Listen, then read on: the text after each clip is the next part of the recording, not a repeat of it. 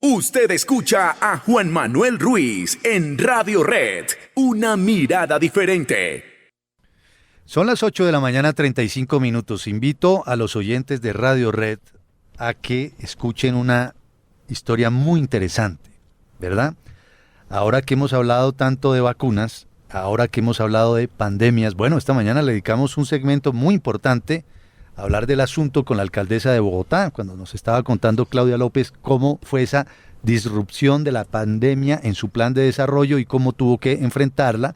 Pues el tema sigue ahí. Luego vino el ministro de Salud, Guillermo Alfonso Jaramillo, cuestionando muchas de las cosas de la pandemia, de las decisiones que tomó el gobierno anterior, y seguimos conversando de un asunto muy importante, sobre todo cuando se habla de que Bogotá tendrá fábrica de vacunas. Volverá a tener Colombia, ¿no?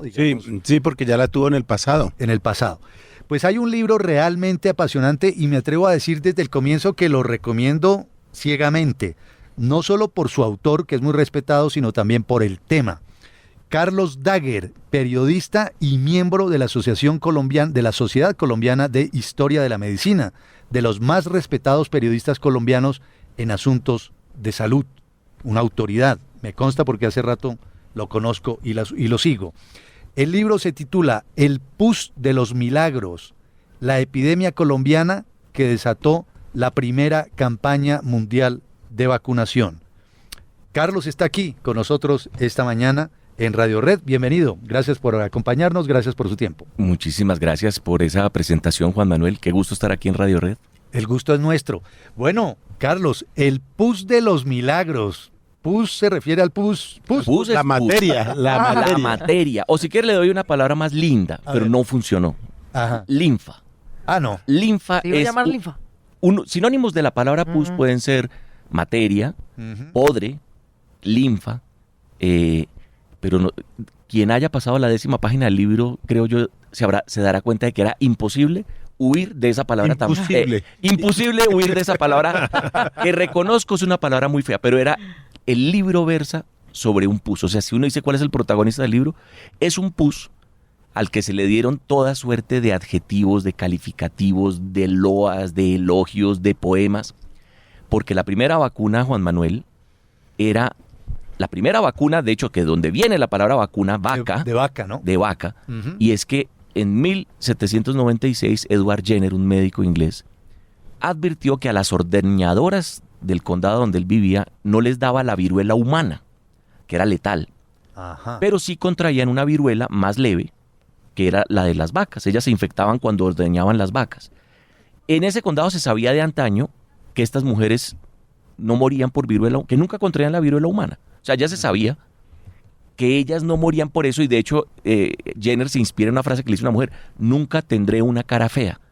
La mujer una ordeñadora que se había infectado con el pus de la vaca, ya sabía eso. Entonces Jenner lo que hace es experimentar cómo pasa ese pus de la vaca al humano y del humano al otro humano. Y ahí es donde viene el pus, que ese primer pus, esa linfa, esa materia, es la primera vacuna, que no había jeringas para inyectarla, sino se inoculaba por medio de una incisión en el brazo. Entonces, como se da cuenta Juan Manuel, huir de la palabra pus Claro. era imposible, como dice Blado. Preferible a la linfa, claro. Claro. Capi. Carlos, en el libro comenzó a ver algunas imágenes del libro y habla en el libro de Antonio Nariño. Y uno imagina al hombre de los derechos humanos, se imagina al prócer de la independencia y vea, no sabía Antonio Nariño pensando en vacunas, en temas médicos, en temas científicos. Pues mira, Capi, que esa es una sorpresa para los lectores del presente. Pero si nos remontamos a 1802, no era tan raro. Antonio Nariño ya había sido miembro del Cabildo, él tenía vocación política, tenía vocación militar, pero él de la mano de José Celestino Mutis había aprendido cirugía y medicina, y de hecho le habían concedido un permiso como médico de pobres.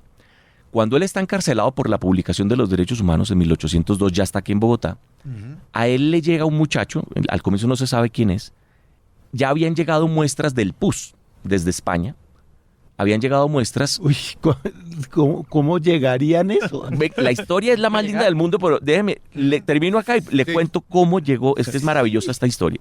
Entonces, No sabemos cómo le llegaron exactamente a Nariño, porque probablemente o las obtuvo de vacas locales o le llegó importada de España, le llegó el pus importado de España. Ese detalle no lo sabemos. Pero Nariño experimentó en su sobrino y él le pidió al virrey Mendinueta que evaluaran si el muchacho había quedado vacunado. José Celestino Mutis no se atreve a dar una respuesta sobre el particular, pero escribe una carta y dice que evalúa al muchacho y recomienda que se le haga una contraprueba. ¿Cómo se hacía la contraprueba? Se sometía a la persona a la verdadera viruela humana. Wow. Y era un método de inmunización, Sí. como las madres con el sarampión, que les duerma con su hermano infectado para ver si no le dan. Sí, claro. Ese método ya se usaba. Para generar defensas. Entonces, siempre se creyó que la vacuna que había experimentado Antonio Nariño había sido eficaz.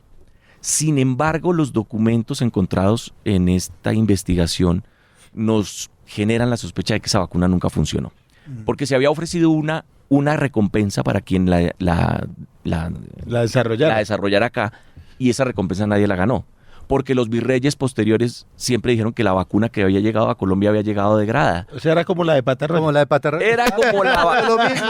Me quitó la palabra, hombre. Pero por suerte a Antonio Nariño le quedó ser un prócer de la independencia. Claro, y no le sacó tanta plata al Estado. Y no le sacó tanta plata. Entonces, Antonio Nariño, para sorpresa, sí, investigó la vacuna.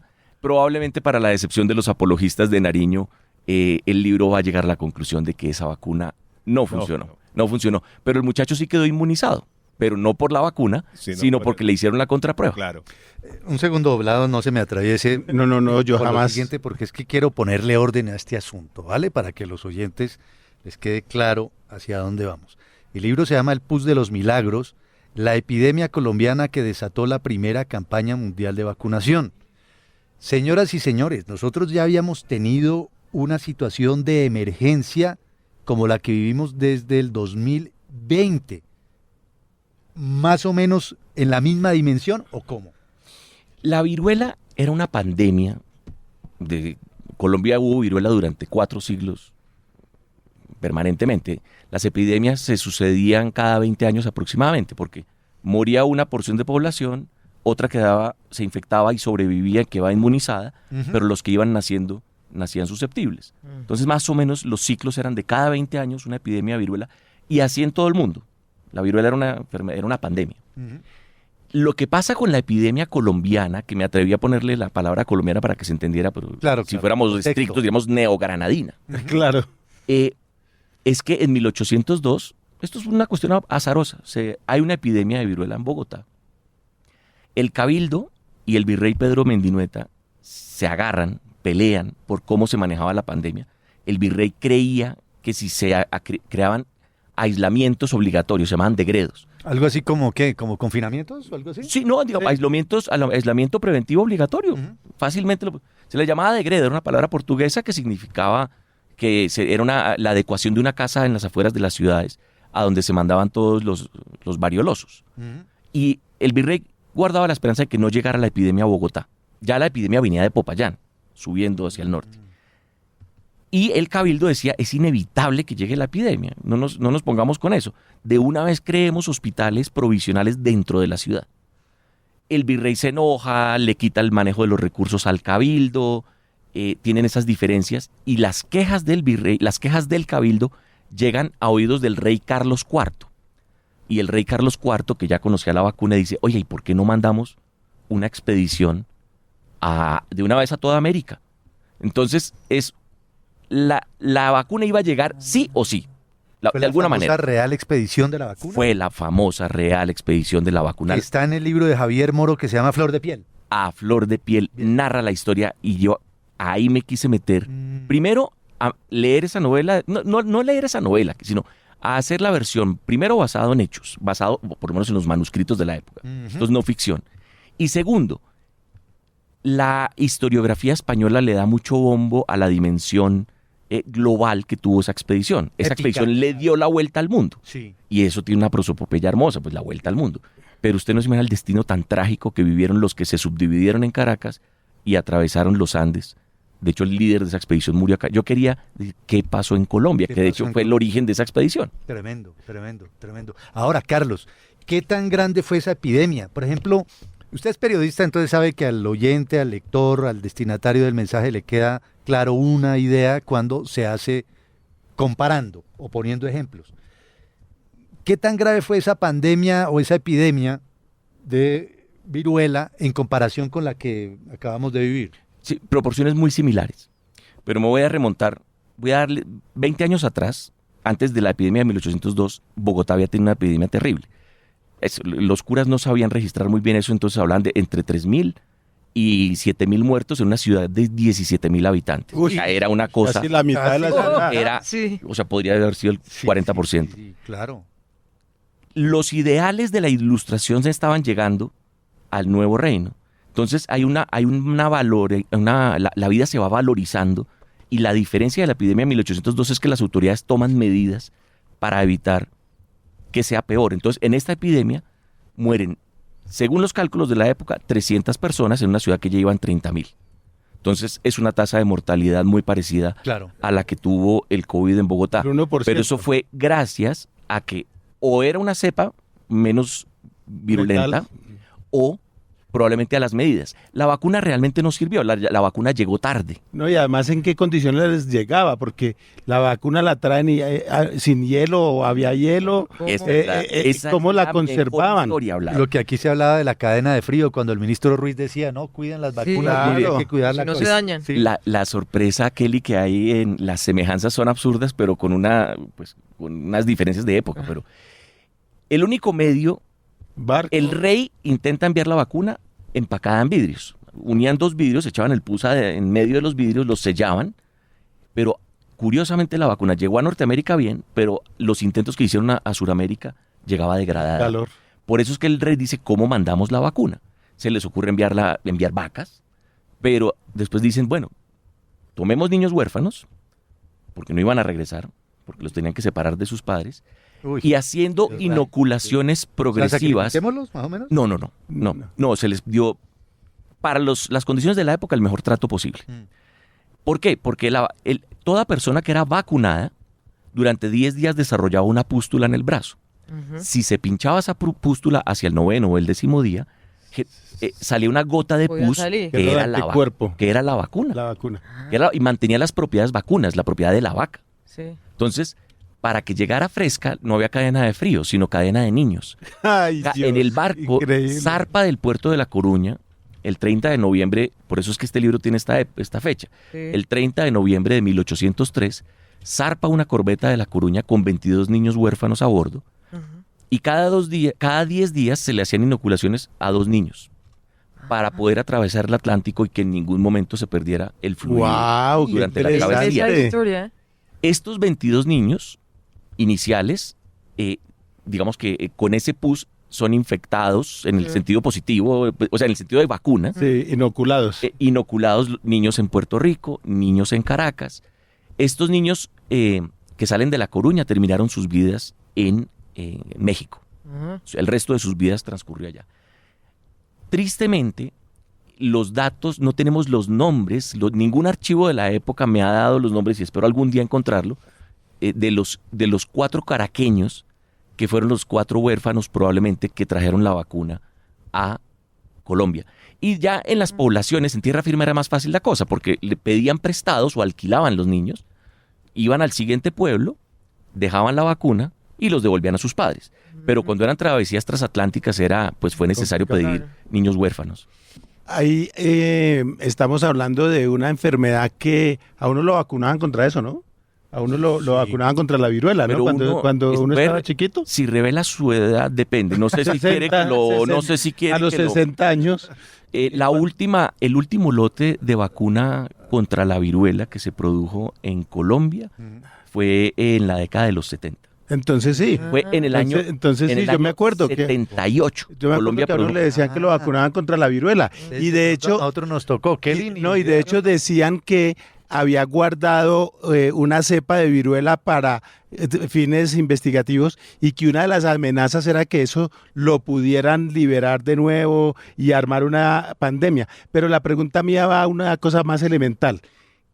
¿Cómo da la de viruela? ¿Qué síntomas produce? Y si hoy en día hay casos de viruela, porque creo que ha vuelto a resurgir uno que otro caso. Bueno, la viruela humana Sí. fue erradicada, es la primera enfermedad erradicada por la intervención humana. La viruela fue erradicada oficialmente en el año 79. Colombia produjo el último lote de vacunas contra la viruela en el año 78. Lo que queda son, y se ha hablado, pero esto sí está como, es un secreto de las potencias, Que probablemente cada una tenía que una. quedan muestras de viruela Sí. humana. Ujú. La viruela se manifiesta en muchos animales. Hay viruela del simio, hay viruela de las vacas, como ya lo mencioné, hay viruela en las ovejas. Y en las personas, ¿y cómo se manifestaba, qué afectaba y por qué era letal? Salían unas pústulas en todo el cuerpo, Ujú. tupidas. Imagínense forúnculos, pero que cubrían toda una superficie, que cubrían todo el cuerpo. Esas pústulas podrían infectar y atravesar algunos órganos. Producía un pus, Ujú. y ese pus blanquecino, hediondo, olía mal. Las epidemias se caracterizaban era porque no podían atender a los pacientes por el hedor que producían estos pacientes. Y desfiguraba, si no mataba, la persona se le notaba claramente Que tuvo viruela. que había tenido viruela. Por eso incluso, mire, el Hay gente paréntesis, de pequeños se decía, Sí. cuando uno veía a alguien así carepiña como, Sí. Como Noriega. Como Noriega. que hoy estamos recordando, ¿no, Sí, Capi? sí, claro que sí. Decían, oiga, a lo mejor esa persona tuvo viruela. Exacto. Sí. Se decía. Dejaba unas marcas terribles, deformaba la piel. Hay una historia muy, muy, muy curiosa, creo que es uno de los hallazgos del libro más interesantes. Este libro se basó en fuente primaria, en manuscritos del Archivo General de Indias especialmente. Hay un prócer que se llama Antonio Villavicencio, lo Ujú. conocemos todos.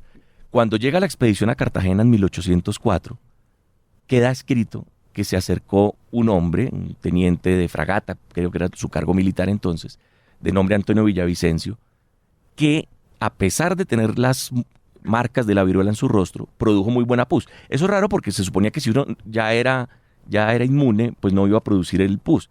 Probablemente él no tenía las marcas de viruela, sino de sarampión o de otra enfermedad. Pero el hecho es que el primer nombre, no digo el primer vacunado en Colombia, sino el primer nombre que encontramos en los archivos históricos de alguien que haya sido vacunado con la vacuna verdadera, es nuestro prócer Antonio Villavicencio. Oh, buen Que dato. 6 años después, el hombre iba a estar viniendo desde España para ser no testigo presencial, pero sí indirecto de los acontecimientos del Forrero de Llorente. Es un dato muy curioso. Sí. Cómo se entremezclan todos los personajes de la independencia en ese momento histórico. Claro. Todos aparecen, todos esos nombres que hoy conocemos, en ese momento alababan al rey por haber enviado la vacuna, y después estos terminan pues dándole la espalda y Sí. Revelándose. revelando. Carlos, ¿y usted cómo hizo para averiguar todo esto? ¿Cuánto duró escribiendo este libro? Porque es tremendo, da unos datos que uno, ni idea. Kelly, gracias por la pregunta, porque sí fue un esfuerzo grande. Yo tengo una obsesión con este tema desde hacía varios años, desde el 2018, creo que escribí por primera vez un capítulo en un libro sobre la historia del Instituto Nacional de Salud, y me quedó la obsesión. Recuerdo la fecha exactamente, el 30 de marzo del 2021, yo le había hecho una solicitud al Archivo General de Indias por unos documentos que estaban simplemente clasificados. Les dije, envíemelos, por favor. Uno tenía que comprarlos, comprar la reprografía. Me los enviaron y ese día dije, hay libro. Y ahí empieza una búsqueda de archivo tras archivo tras archivo. Creo que mandé transcribir, yo no leo bien, yo soy hijo de la letra imprenta, y más la caligrafía de la época era imposible. Entonces me acompañé de un grupo de paleógrafos, de personas que transcriben caligrafías antiguas, y transcribí unos 3.000 folios. 3.000 folios, y que me dieron una información que, pues como muy agradecido yo, como lo reconoce la Academia Nacional de Medicina e Información, que no sea inédita hasta el momento en nuestro país. De hecho, el resultado de esas transcripciones es otro libro que vamos que los patrocinadores del libro, si me permite, Juan Manuel, Sinovac, por supuesto, importantísimo. Sinovac, ANAR y CIES Salud, van a donar a la Academia Nacional de Medicina esos manuscritos transcritos que pueden ser útiles para otros fines de investigación. Claro. De hecho, ya salió una primera investigación. Como los manuscritos tienen los nombres de las personas vacunadas, listados cientos de personas vacunadas, el Semillero Español Histórico de Antioquia dijo, oye, hagamos un estudio sobre el nombre propio a finales de la colonia. Entonces era pues los nombres, cómo bautizaban a los niños. Entonces tienen la lista de todos los nombres, Sinforoso, Claro. Antonios, bueno, nombres de toda... De todo origen. Y de hecho uno ve personas que iban a ser famosas, puede identificar el día que los vacunaron. Wow. Carlos, en la parte final del libro usted dice, bueno, de la viruela al COVID, o sea, de esa experimentación a hoy. En ese camino del episodio que usted empieza a describir con profusión de detalles, con esos archivos que logró obtener luego de esa primera campaña mundial de vacunación, en la mitad se atraviesa la gripe española, ¿verdad? Sí. ¿Qué tan grave y tan compleja fue? La gripa española mató. 1918. 1918. La gripa española llegó a Bogotá hacia octubre. Tuvo una tasa de mortalidad alta, murió el 1% de la población bogotana. Pero la gran diferencia con esta epidemia de viruela es que si era un virus nuevo, el de la gripa española.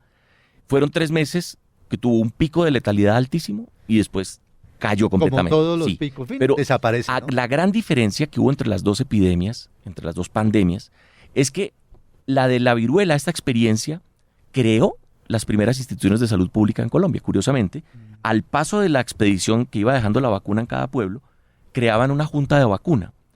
El virrey de aquel tiempo, Amari Borbón, dijo, no, que sean juntas no de vacuna solo, sino de sanidad. Entonces empezaron a cuidar, a prevenir la fiebre amarilla y tuvo un alcance y esas instituciones llegan prácticamente hasta nuestros días. Son las secretarías de salud. ¿Qué pasó con la gripa española? Se centralizó un poco el manejo de la salud, pero esa epidemia, tristemente, el manejo que se le dio fue malísimo. No hubo una preparación, al contrario de lo que sí hubo en esta epidemia de viruela y de lo que sí hubo en el COVID. En la gripa española no hubo una fase de preparación. Llegaban noticias del mundo, pero nadie sabía qué hacer. Entonces, los bogotanos vieron morir personas en las calles, tristemente. El hijo del presidente Marco Fidel Suárez murió víctima de la gripa española, pero en Estados Unidos. Y de ahí, Juan Manuel, usted recordará, ahí se produjo el escándalo que terminó con la presidencia de Marco Fidel Suárez, porque él empeñó su sueldo para repatriar el cadáver de su hijo, que si no recuerdo mal, vivía en Filadelfia. Traer un cadáver en esa época, estamos hablando de hace un siglo. Si es hoy un drama. Exactamente, y entonces este pobre hombre terminó renunciando porque Laureano Gómez, entre otros, le armaron un debate en el Congreso que eso era indigno que el presidente estuviera haciendo eso con los gastos del Estado y tal, y el pobre Marco Fidel Suárez, en su desesperación, mandó traer el cadáver, que se demoró como 3 meses para llegar a Bogotá, y eso derivó en la renuncia de él, y fue víctima de la gripa española, pero allá arriba en Estados Un dato Unidos. adicional, de las primeras personas que escribieron sobre los estragos de la gripa española en Colombia, Laureano Gómez. Hay artículos de Laureano Gómez. Eso me da papayazo para preguntarle algo a Carlos Daguer. Usted investiga cómo fue la epidemia colombiana que desató la primera campaña mundial de vacunación, nos entrega los detalles, cómo llega aquí la expresión de la Real Expedición Filantrópica de la Vacuna, cuáles fueron los primeros nombres. ¿Usted cree que en algo tiene razón el ministro de Salud actual, Guillermo Alfonso Jaramillo, cuando dice que para sacar adelante una vacuna o enfrentar una epidemia se tiene que hacer una gran experimentación, que hemos sido sometidos a una gran experimentación, a un gran experimento, dijo él concretamente? El problema está en el tono con que se digan las cosas. Todos los medicamentos siguen en experimentación, incluso cuando están en el mercado. Se llaman estudios de fase 4. De modo que siempre somos sujetos de experimentación con los medicamentos. De repente aparecen unas poblaciones en las que tiene eventos adversos, en las que no tiene. Creo que no se puede descalificar una medida de salud pública que fue acertada. Si vamos a usar la palabra experimentación en el sentido de jugar con seres humanos, me parece un despropósito, porque era lo que había que hacer y los hechos primero se basaron en el mal menor, que es que a pesar de la incertidumbre se tomó una medida cuyos resultados fueron acertados. Entonces, si vamos a desprestigiar la toma de unas decisiones que eran necesarias, no estaría de acuerdo. Pero sí hay que decir que hay algo cierto. Siempre seremos sujetos de investigación y de experimentación con los medicamentos y con las vacunas. Por ejemplo, una prueba de ello podría ser, digo, de lo que usted está diciendo, no estoy aquí insinuando que estoy de acuerdo con lo que dijo el ministro, porque yo no tengo la capacidad científica para decir si él está en lo cierto o no.